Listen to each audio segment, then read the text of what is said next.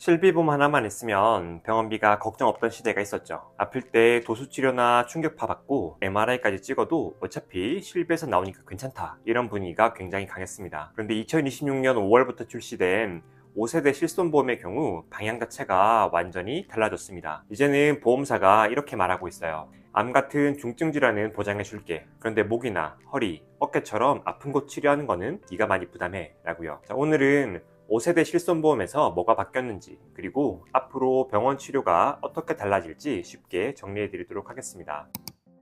사실 실비보험은 세대가 바뀔 때마다 보장을 계속 줄여왔습니다. 1세대 때는 거의 병원비를 다 보장해주는 수준이었죠. 그러다가 2세대에서는 급여와 비급여를 구별하기 시작했습니다. 3세대부터는 도수치료, 주사치료, MRI와 같은 3대 비급여를 따로 특약으로 빼버렸고요. 4세대에서는 아예 비급여 자체를 특약으로 분리해버렸죠. 그리고 이번 5세대에서는 드디어 중증과 비중증을 구별하기 시작했습니다. 이게 이번 개정의 핵심입니다.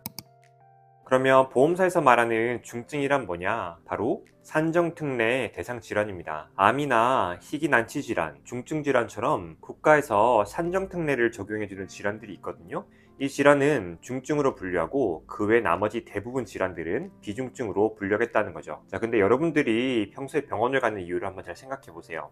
목이 아프다, 허리가 아프다, 어깨 무릎이 아프다, 손저림이 있다, 이런 통증 질환들은 대부분 비중증으로 들어갑니다. 그리고 이런 경증에 대해서는 보장이 엄청나게 줄어들 거예요. 기존 4세대 실비에서는 일반적으로 비급여 치료를 받으면 3만 원이나 치료비의 30% 중 큰 금액을 본인이 부담해야 했거든요. 근데 이제 5세대 실비에서는 5만 원 또는 50% 중에서 큰 금액을 본인이 부담해야 합니다. 쉽게 말하면 환자가 치료비의 절반 가까이를 내야 한다는 얘기죠. 예를 들어서 비급여 치료를 10만 원을 받았다. 예전에는 본인 부담금이 최대 3만 원이었지만 앞으로는 5만 원을 본인이 부담해야 합니다. 실제로 환자가 부담하는 금액이 굉장히 커진 거죠. 그리고 급여 치료도 별도로 공제가 되기 때문에 급여 항목에 대해서는 최소 만 원, 비급여 항목에 대해서는 5만 원이 발생돼서 급여와 비급여 치료를 같이 받으면 최소 6만 원은 본인이 부담을 해야 합니다. 입원도 마찬가지입니다. 입원 기간 중 발생하는 비급여의 50%는 본인이 부담해야 하고요. 예전에는 입원을 했을 때 비급여 치료를 굉장히 많이 받곤 했었거든요. 그런데 비중증 입원의 경우에는 비급여가 1회당 300만 원으로 제한이 생기기도 했습니다. 즉 장기 입원을 하면서 비급여 위주의 치료를 받았다면 실비에서 보상을 많이 못 받는다는 얘기예요. 보험사가 방향을 아주 명확하게 잡은 거죠. 경증 비급여 치료는 무제한으로 커버를 해주지 않겠다는 얘기입니다.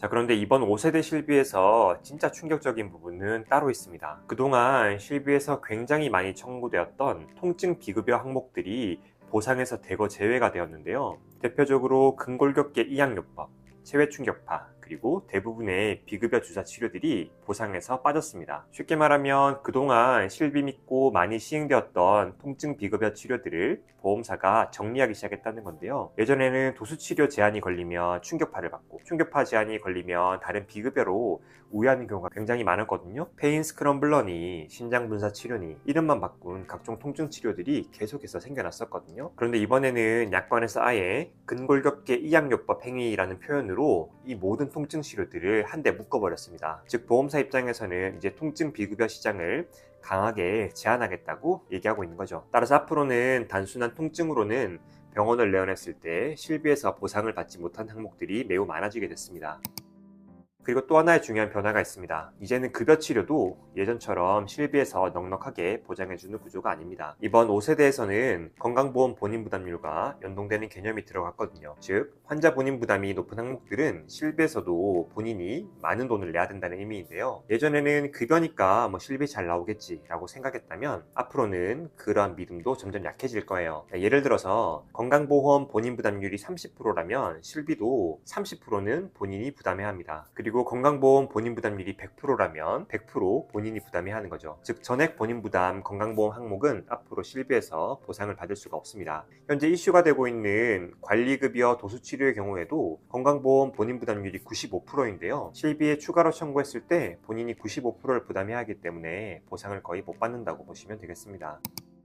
이번 5세대 실비보험의 핵심은 사실 굉장히 명확합니다. 보험사가 이제부터는 큰 병은 보장해주겠다. 하지만 반복적인 통증 치료나 비중증 치료에 대해서는 예전처럼 계속 보상을 해주지 않겠다라고 얘기하고 있습니다. 이 때문에 앞으로는 통증처럼 흔하게 병원을 찾는 질환들은 환자 본인 부담이 대폭 늘어날 거예요. 예전에는 실비만 있으면 도수치료나 충격파, 주사치료와 같은 비급여 치료들을 상대적으로 부담 없이 받는 분위기가 있었지만 이제는 이런 치료를 선택하는 기준 자체가 달라질 수밖에 없을 거예요. 이 치료가 정말 필요한 것인가? 효과 대비해서 비용은 합리적인가? 비급여 치료를 계속해서 받아야 되는 상태인가? 이런 부분들을 환자분들도 점점 더 꼼꼼하게 따져보게 될 가능성이 높아졌습니다. 병원 입장에서도 변화가 생길 수밖에 없겠죠. 예전처럼 비급여 치료 중심으로 운영하던 구조는 점점 부담이 커질 수밖에 없고요. 환자가 납득할 수 있는 치료, 그리고 지속 가능한 치료로 그 방향이 개편될 가능성이 커졌습니다.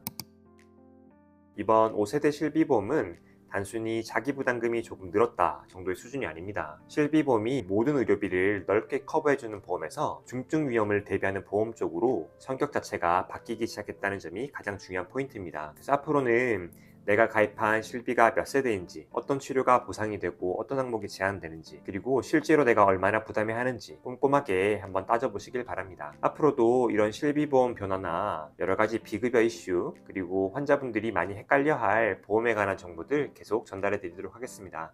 오늘 내용이 도움이 됐다면 구독과 알람 설정 꼭 부탁드립니다.